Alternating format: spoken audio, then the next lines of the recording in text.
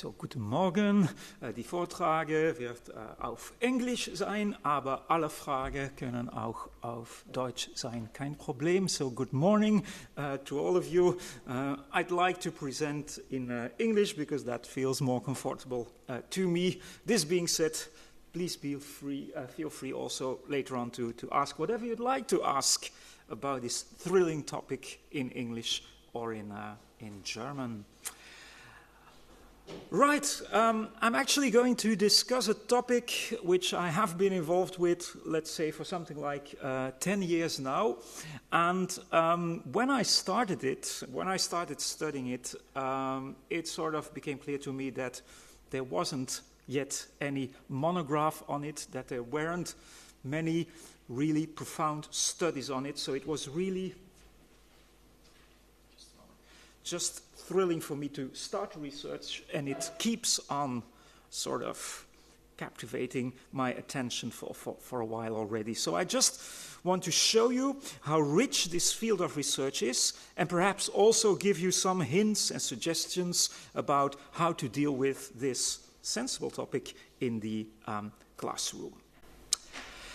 Okay, this is basically the cover of my monograph that appeared in 2018 with Cambridge University Press, and you might see already here what is going on. So this is actually a mosaic from Spain, and it is said to sort of represent a mime which was about King Oedipus being blind, and so this is the sort of comic way of representing blindness. So there's, of course, the staff which is needed. There's the sort of feeling of getting around, so people just not finding their way as blind persons. And we can see, of course, that this is from a comedy, from a mime, by the fact that we see the big theater mask, and, of course, you see these shoes which have kind of platforms just to make them a bit higher to appear on stage.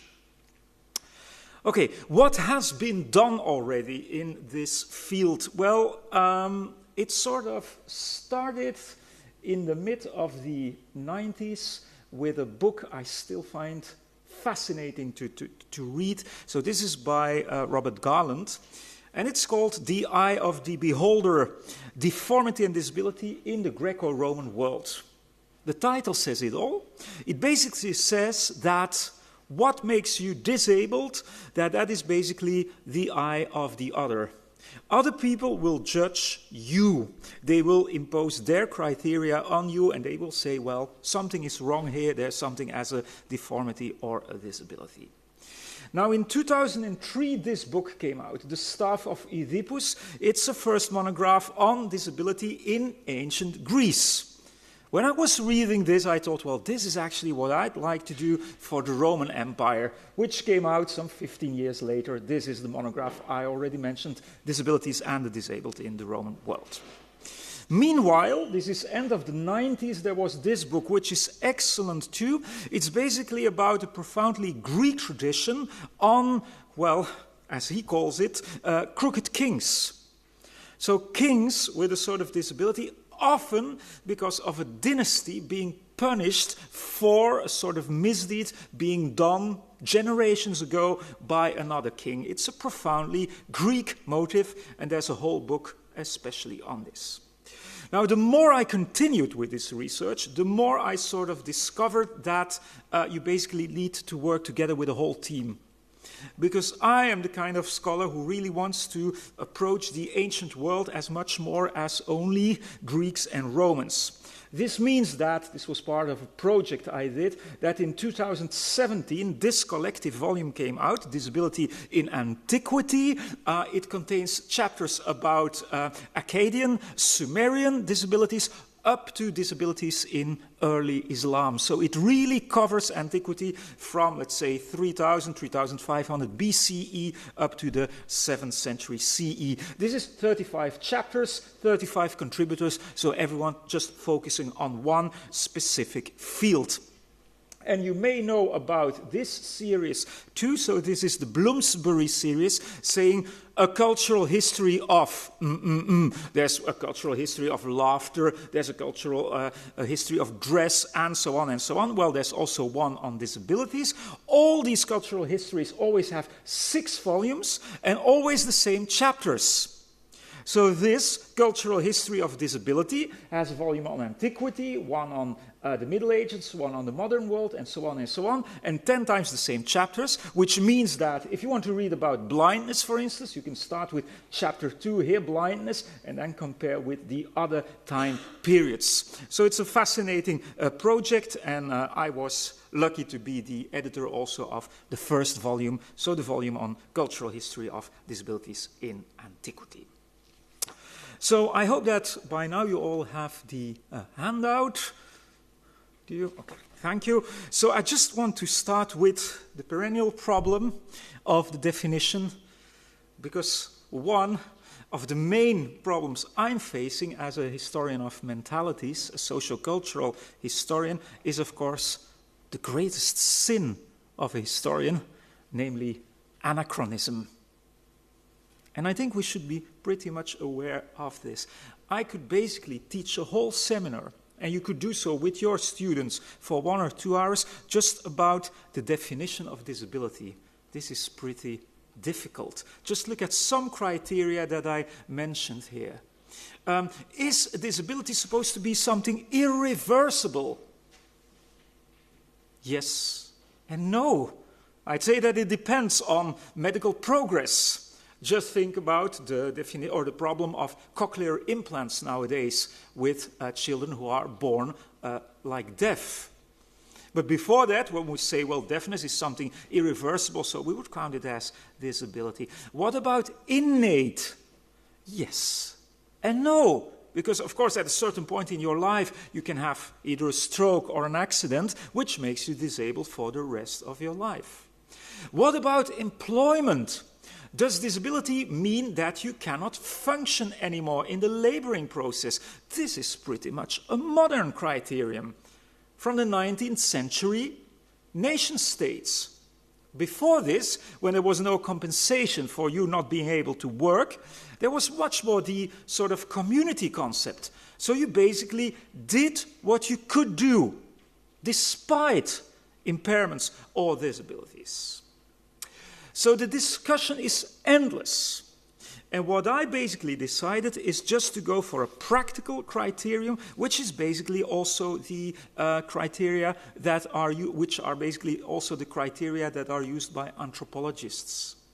They say, no matter how difficult the definition of disability is, let's start from an approach from head to toe. Or, in the beautiful Latin language, of course, a capite ad calcem. Yeah? And this is basically how my book is constructed. So I basically start with the head, so mental disabilities, then going to the eyes, then the mouth, so speech impairment, the ears, then going to the whole body, and the issue of mobility impairment. And that's how basically this seminar or this presentation will be structured too. Now, before I start with some other images, I want to say something also about terminology. Because we're a bit pressed by time, I'm not going to read aloud this long definition of the World Health Organization of disabilities, but I just want to quote the very last sentence on your handout. It says, with capitals, disability resides in the society, not in the person. So this is the sort of relativist approach by the World Health Organization. It basically says that when you are in a wheelchair, but when you are living in a nation, in a state, in a region which accommodates this, that you are much less disabled than a person who has difficulties with walking, but living in a mountainous region, for instance, or just in a region where people do not really accommodate for this.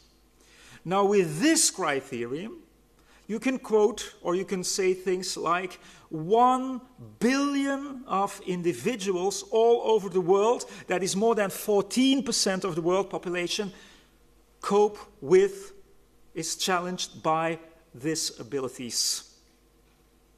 But you always need to be very careful with a criterion like this, because this includes, for instance, all sorts of social disabilities, even extreme shyness, learning disabilities, dyslexia, all these things, they're included in this definition by the World Health Organization.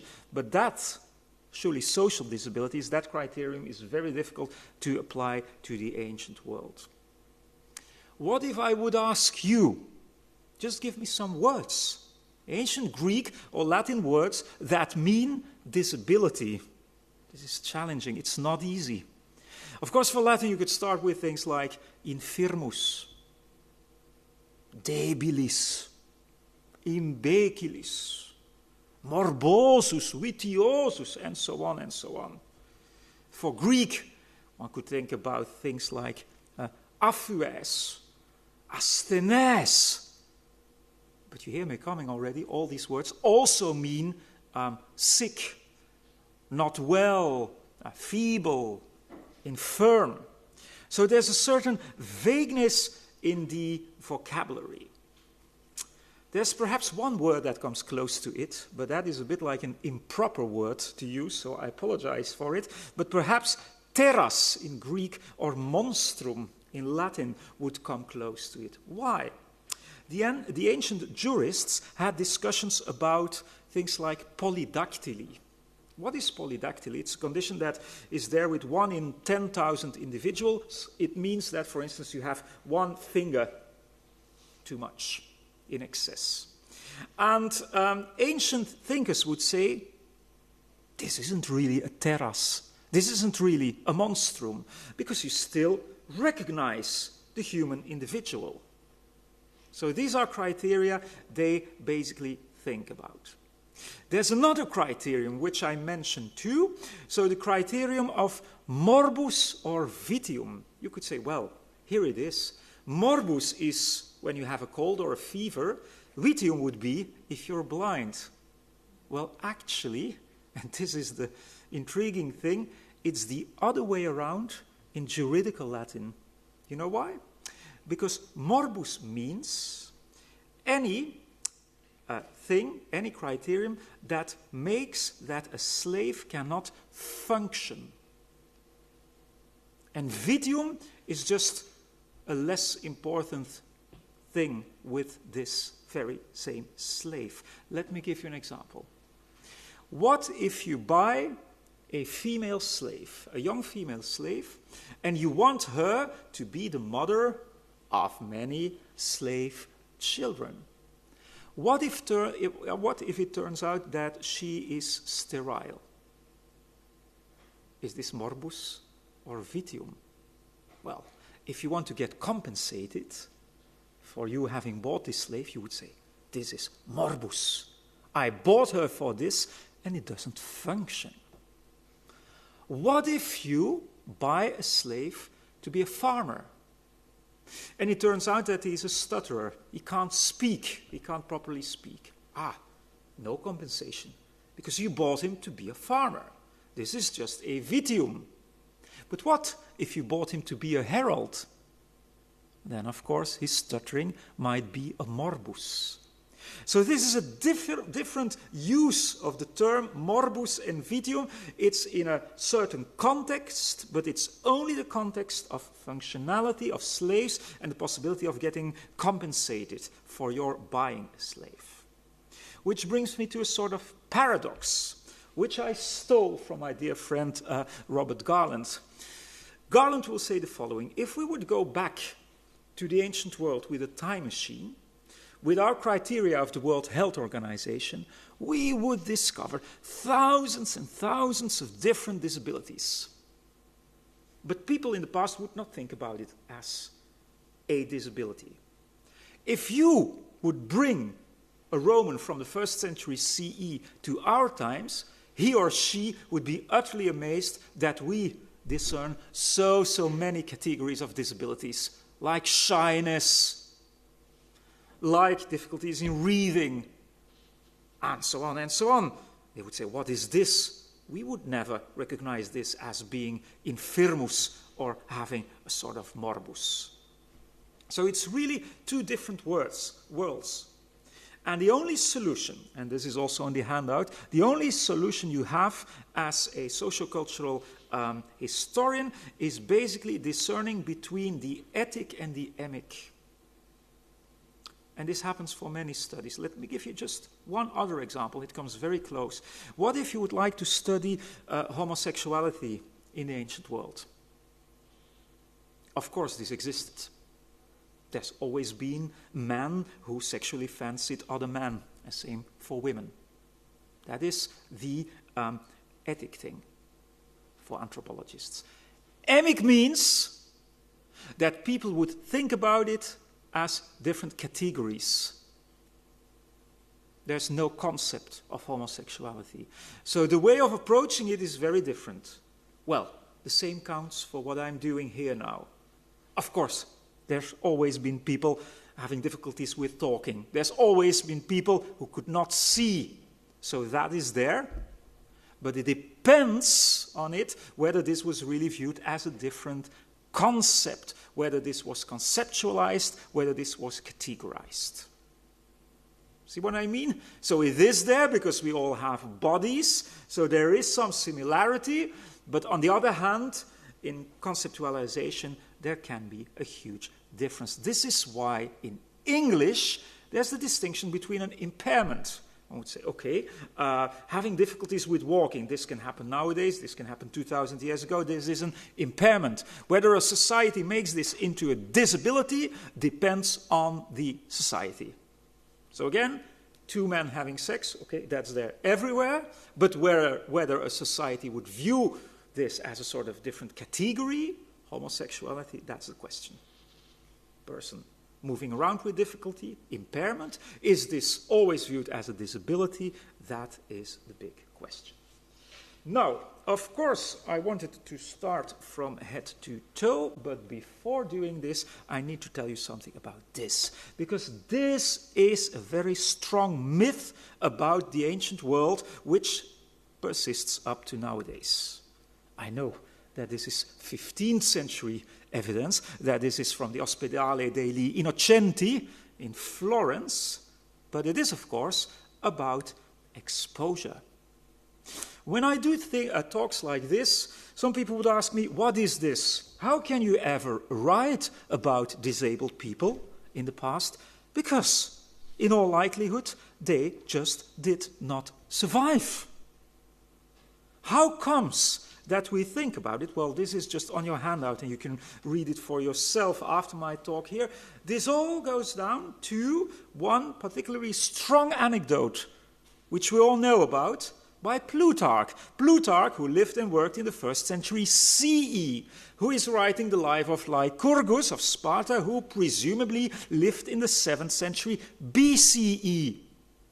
It's this strong myth about selection of newborns with the Spartans. Now again, Plutarch writes 500 or 600 years after the facts. Plutarch writes in a sort of utopian tradition. To him, Sparta is an ideal state. Was this reality? We're not sure at all. We have no archaeological proof whatsoever of systematic infanticide in Sparta. We have some examples of Spartan kings, presumably being disabled from birth on, in their limbs, but still making it into the kinghood. So this is a very questionable anecdote, but it lives on. It's strong. There's a similar text with Plato. There's one with Aristotle, both in the utopian tradition. And then there's, of course, Seneca the Elder in his Controversiae and Seneca the philosopher. And these are, of course, very strong statements. So the first would say, well, when a child looks deformed, listen at the Latin, infirmi et in nullam spem idonei, quos parentes sui throw away, proiciunt, magis quam exponunt. And in a treatise on the controlling of your own anger, Seneca, the philosopher, would say, unnatural prodigy we destroy. We drown even children who at birth are weakly and abnormal. Debiles monstros sique. Yet it is not anger, but reason, ratio, that separates the harmful from the sound. Well, this is very clear, of course. And I would not ever deny, and let this be clear, I would not ever deny that many of these so-called deformed babies did not survive the first days and the first weeks.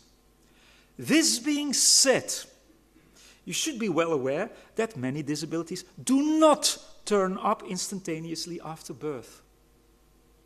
Some forms of blindness are just recognized after some months. There was no test like clapping the hands just to see whether there's sort of reflex with the baby, so hearing impairment would not immediately appear.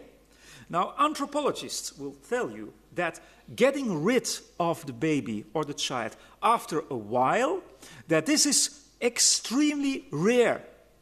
In German research, this is called pedicide.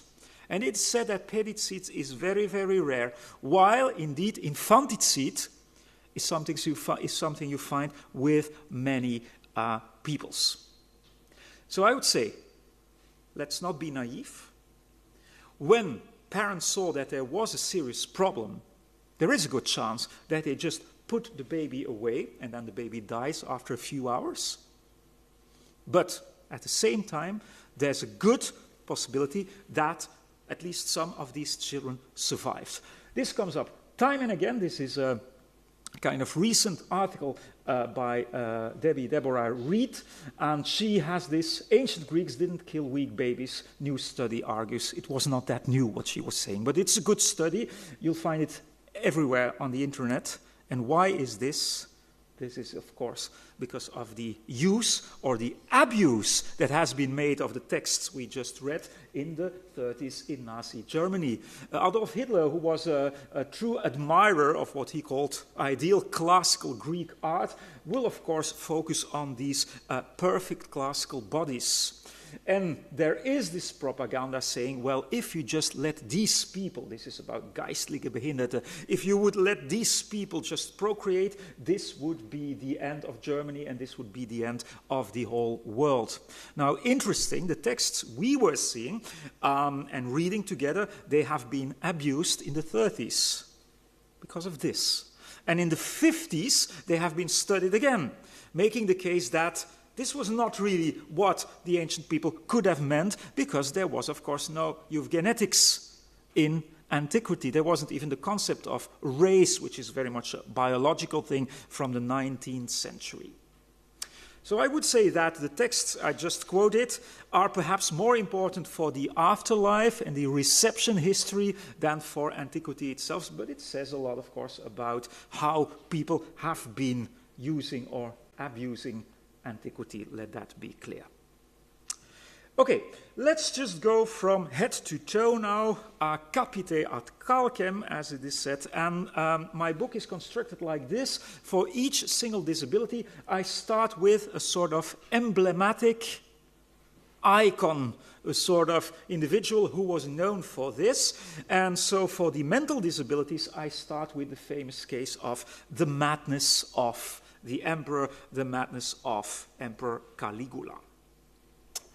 What I do on page 2, at the end of the handout, page 2, should be seen partly as a sort of practical joke. However, in the 50s and the 60s, psychiatrists have really tried to sort of put Caligula on the sofa. And based on what you read in the biographies, mainly by Suetonius, they have made the following portrait. I'm not going to read aloud all their diagnoses, but it is clear, I just point to 2 or 3 things, that this, for instance, is a person who is suffering from all sorts of phobias. According to the biographies, when there was lightning, thunder and lightning, the brave emperor was so afraid, so scared that he just was under his bed. This was a person who was utterly addicted to sex. This was a person who had sort of psychotic moods, and psychiatrists would then point to his idea, his illusion that he had conquered Britannia, and that he just came back with his soldiers. I guess you all know the story, in a sort of triumph. His soldiers just carrying seashells, and he wants to make clear that he has sort of had a victory over the sea, and so on and so on. So psychiatrists would say this is a person suffering from psychotic moods. Now, let this be clear. This is not, I repeat, this is not how we should do the history of disabilities. Not at all. But why is this dossier interesting? I try to make this clear at the end of page 2. First of all, because of sort of thinking which is behind this. So all authors, also for instance Philo, so not only Suetonius, they would agree that when this young prince came to the throne, that there was nothing going on, that he was promising. It all looked well. And then something happened. So this idea of a sort of trigger, something like a fever or whatever, and then he turned mad. So there was a reason for it. And another interesting thing here is that there's no ancient conceptualizing of what we would call a youth trauma. Not at all. Just believe me. And otherwise read Winterling, for instance. Of course, Caligula had what we would call a very traumatic childhood. Well, there's no ancient author who would say his strange behavior needs to be explained by what he has lived through in his childhood. On the contrary, as a baby, he was already evil and bad. And he could sort of hide this, but it's in its character. So for ancient authors, it's always physis. It's not nomos. When you are bad, when you are mad, it is there always. You can sort of hide it, but it comes up once, and it will be there. What I did on page 3 of the handout is just give you a sort of overview of what I would consider as the ancient DSM, Diagnostical Statistical Manual. What sort of mental diseases do you have? You have phrenitis, which means that you have sort of illusions, but it's only temporary. It goes away. There's a fever attack, and then it's not there anymore. Mania is the same, but it's permanent, and you don't need fever for it. What about melancholy? This is about black bile, as you know. It's about anxiety. It's about the troubled mind. When you read some of these definitions, like Galen in De Locis Affectis, this comes very close to the big disability of nowadays, according to the World Health Organization. It turns out to be very much an American and a Western European thing, depression. Yeah?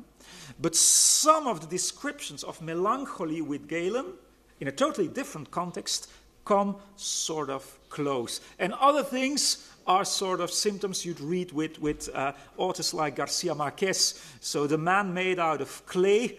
This is, well, sort of funny story, of course. Galen always dealing with his patients. He would say, I had a man who did not dare to come out when it was go out when it was raining, because he believed that he was made out of clay, and he believed that he would be dissolved. I always tell this joke to my English students just to make him clear that perhaps in Great Britain this person would not go out too often. Anyway, so you find all these sort of funny stories, anecdotes on strange behavior in the category of melancholy with Galen. But there's also morosis, which according to him is just the cooling off of the brain, which is about memory loss, and one could still write a whole intriguing chapter about dementia based on the morosis phenomenon with Galen. And then there's, of course, this is really a social disability, the morbus comitialis, so the thing you would not like to happen to you in public, because it sort of embarrasses you. Everyone can see it, though it's mostly not lethal at all. That is, of course, the dossier of epilepsy. And this is also very much treated as a mental thing with the ancient authors. And as you know, one of the famous sufferers of this epilepsy was Julius Caesar himself. Okay, let's move on from head to toe. What about blindness? Here as an icon, I of course chose for Homer. You could ask me, what is this? Isn't your book mainly about Roman disabilities? Yes. Well, Homer, for Romans, was of course an author, an individual who had really lived. And the lives, we have two lives of Homer, written in ancient Greek, are actually from the Roman period. So this was just a cultural reality which was there. Now what I want to point out here is that these lives of Homer, they all presume that Homer became blind at a certain point in his life. This is very important. He could not have been congenitally blind, according to these authors. Why not? Because if he were to have been blind, he could not ever have had all these descriptions, beautiful descriptions of nature. Second point I want to make very clear here, this is not about a divinely inspired poet because of his blindness. It is about a successful individual despite his blindness. So it's really about a struggle for life. If you read these lives of Homer, the guy, the individual, gets cheated every single time. They take advantage of him because of his blindness. Basically, the only thing he can do is be a teacher, a poet, being surrounded by kids, by children who just take him by the hand and lead his way. Or he can be a cobbler, a shoemaker. Anthropologically interesting, there's many cultures in which blind people are actually shoemakers. Because this just means that you need to get this fine touch of shoes or sandals or whatsoever, and you can basically do this with touching without really seeing the actual thing. There even is a passage in the lives of Homer that refers to the help of animals, but not dogs. So I've looked for this thoroughly, and I do not know of any example of antiquity of a sort of guide dog. But the story about Homer is that he is on the beach on an island which he did not know before, and he wants to find his way around, and he just leans on the back of sheep and goats. And now the literary persons among you might tell me, what is this? This is just, of course, a reference to the Cyclops in the Odyssey, who does the same. Of course, there's that literary game, that is sure. But I'm sure that readers will also recognize the basic fact that every now and then blind people are helped by technology, and the technology could also be animals. Now, when you have a look at the juridical texts, but this is always for a certain class, social class, of course, then you will notice that blindness was not seen as a very, very bad thing because of the fact that you could just still utter your will by speaking up. There's even the idea of the philosophical blindness, which sort of gives you more wisdom. And there's all sorts of jokes about it. I will just tell you one. You read with Cicero. I think it's particularly funny, even early in the morning. It's about a Greek philosopher who had lots of girlfriends, and he's getting blind. And his girlfriends will tell him, "Oh, what is this? We're so sorry for you." And he says, "Ladies, why do you regret this? Don't you know that darkness and the night has many pleasures in it? You should know it." Ha, ha, ha. So that is a sort of jokes that are made by these philosophers. On the other hand, there's the tradition of blindness as the worst of fates that can happen to you. But basically, mostly they would say, well, there's still the possibility for wisdom, there's still the possibility of making clear what your will and intention is, and so on and so on. This is not the case, of course, for the other dossier. So this is basically about the difficulty of speaking or even not speaking. They use the kind of improper word as dumb, mutus, or deaf-mute, surdus et mutus, or deaf, of course. As an icon here, I chose the son of Croesus. Again, this is something which is read with Herodotus, but it's very much part of a living reality also with the Roman authors. What is it about? Just very briefly. Croesus had 2 sons. One is never named. Look at the handout. He was defective since he was kophos in Greek. He was a deaf-mute. Now, the other son has an adventurous life. He will, in the end, be killed. Herodotus says, please, son, do not go on a hunt, because you're my only son. This is the second quote. As I count the other, indeed, since he is defective, ugar ena moi nomizo. I think he's not mine. So basically, I only have one son. But what happens? This is, of course, after the siege of Sardes. Croesus is here on a pyre already, before the Persian soldiers had come. Croesus is just sitting there on a chair, utterly depressed. He has lost everything. A soldier who doesn't know him wants to kill him. And there's a voice screaming out, don't kill him! He's the king! He's my dad! And that is the deaf-mute son. From then on, he spoke for the rest of his life. Why am I so fond of this story? Very simple. 2008, 2009, I was teaching these texts with some students. And a student of mine said, so his second father, stepfather, was from Albania. And he told me, he said, Professor, this is exactly the same thing as you would find nowadays in Albania. So, people would say, I have 3 children, they have 4. Everyone knows about the 4th one, he's in-house, he's disabled. It is not mentioned.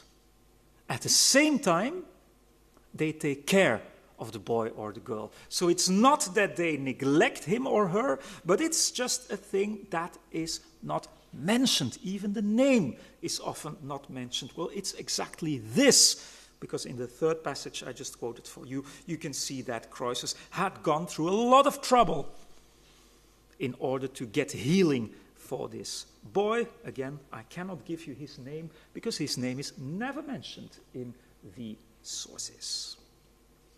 If we go to stammering history or speech impairment, I basically work with 3 icons. Here is Demosthenes, but you could also mention for the Old Testament Moses, or you can mention for the Romans Claudius. Well, I want to make clear one point here. None of these 3 are what we would medically call stutterers. But again, the stories are immensely important. Just Google, I don't know whether it works for the German Google, but if you do the Dutch Google and you Google Demosthenes, the first thing that appears is the association of Dutch people with a speech impairment. There is this story, which you all know, about Demosthenes just taking pebbles in his mouth and just practicing speeching at the shore with the noise of the waves. Yeah? Well, if you read all these texts, which I carefully did, there's not one suggestion of what we would call speech impairment, let alone stuttering. But there's the suggestion of the victory over yourself. You having to be a good orator in difficult circumstances. Because as you know, Greeks are never silent. What do you do in an ecclesia? In an assembly, without a microphone, 6,000 people being there, attracting the attention. How do you manage? That is what these texts are about. Texts about Claudius are about his being not in control of himself, his stuttering when he was angry. Texts about Moses are texts saying, I am but a stutterer in the face of God. Which is not the same, of course, as always being a stutterer. But then this whole tradition comes, and I just invite you to read for yourself, page 4. This is wonderful. I was happy for 1 week when I had discovered this fragment. 5th century CE, a doctor who worked in the north of Africa wrote in Latin, Caelius Aurelianus, and he has a sort of testimony of a therapy for his patients who had troubles in speaking. And it's very modern. He says you have to start with letters. And you have to start with vocals, not consonants. You start with words like paian. You don't start with words like strepho or something, because that is way too difficult. And then you sort of teach them how to count. Look at modern speech therapy. They would tell you, count. 1, 2, 3, 4, shout. Make it clear. These are the first things you need to do. Well, this is exactly what Caelius Aurelianus is saying, and then there's that strange ending. He says, afterwards, we offer them the exercise of reciting and discussion. How to do this, don't ask me. But he sort of wants to make clear that he is a successful doctor. But again, this is the first testimony on speech therapy. It's 5th century CE. It's in North Africa. Okay. Mobility impairment. I have a whole chapter on osteoarchaeology, which means bones from people, where we see how people suffered and still needed to work. So the famous community concept. You have to do this, even when it is difficult. And you have some icons also of mobility impairment. The most famous is, of course, Philip or Philippus of Macedonia. This is, again, an anecdote which goes so much to my heart. You find it also with the Roman authors. It's about King Philip being afraid of appearing in the public because of his limp. Alexander tells to his dad, he says, that just go on, just appear in public, with each single step you take, people will be reminded of your great virtue. This is a wonderful anecdote. There's studies about this and American war veterans.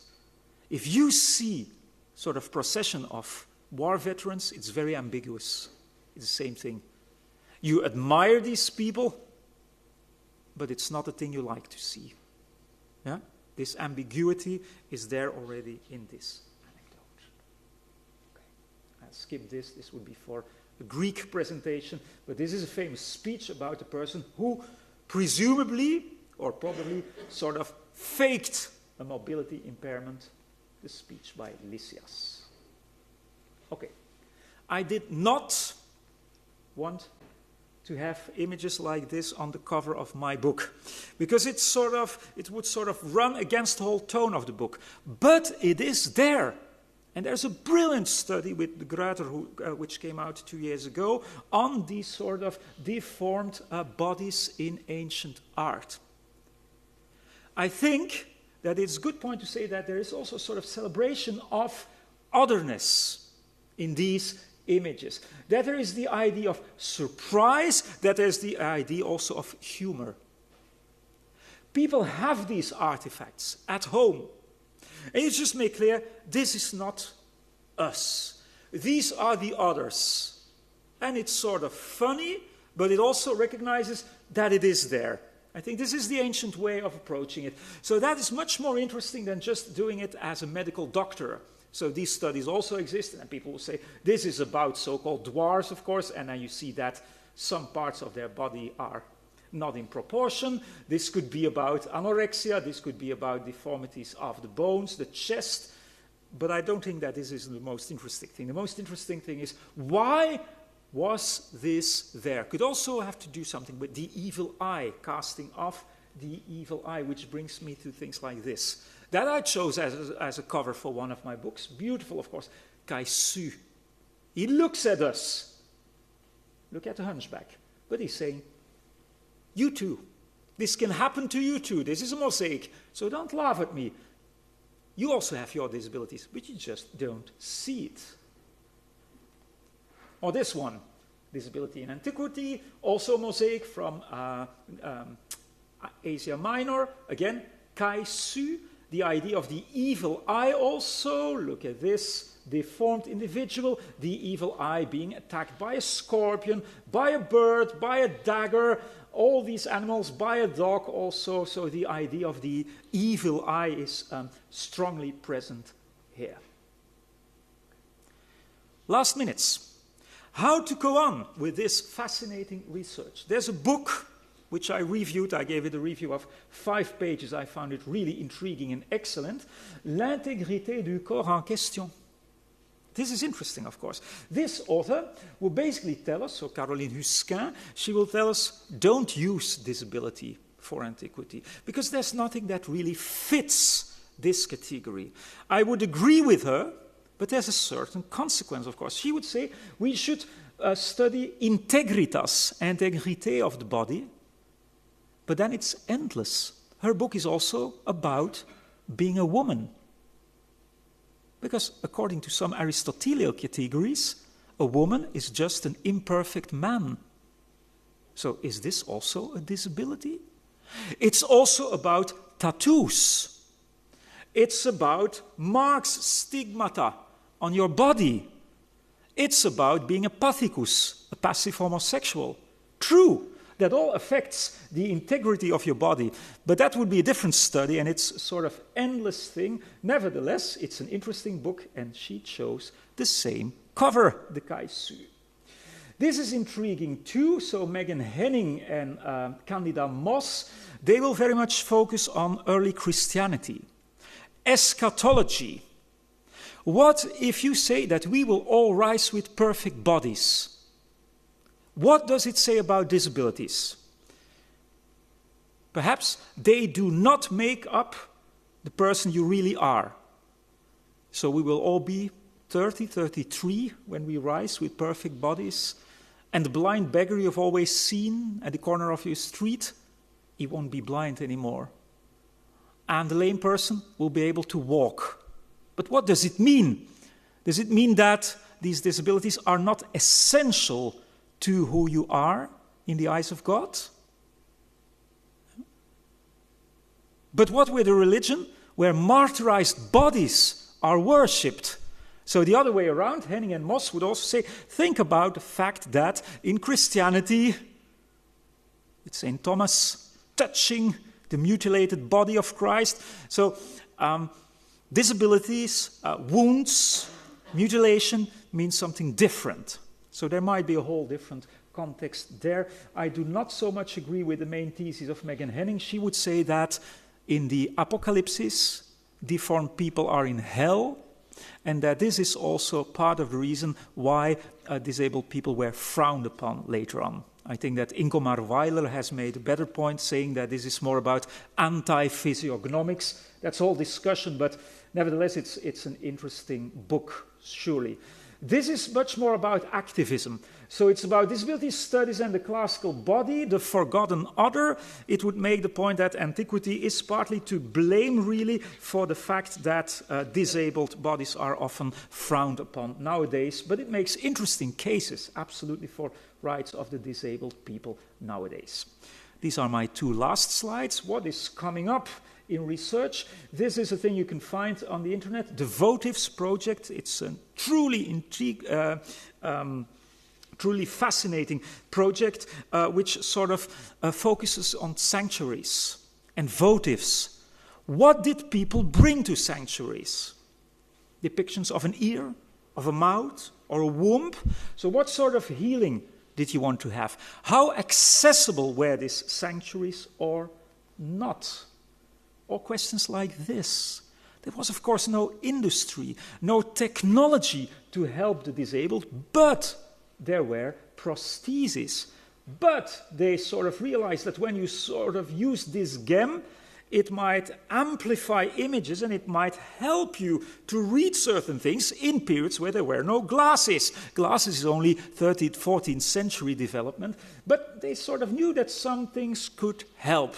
So this is research by Jane Draycott from the University of Glasgow. So she really studies these technological aids, these prostheses as they were there, and again, this gives some sort of interesting insights. And this is a study you find quoted often on the internet too. It's again by Deborah Sneed, and she would say that these ramps in ancient sanctuaries were actually also meant to make these sanctuaries and these temples more accessible, which I would basically doubt. I'm not so sure that many people needed to be inside the temple. Nevertheless, she thinks about issues like disabilities and accessibility, and it's interesting just to consider these possibilities too.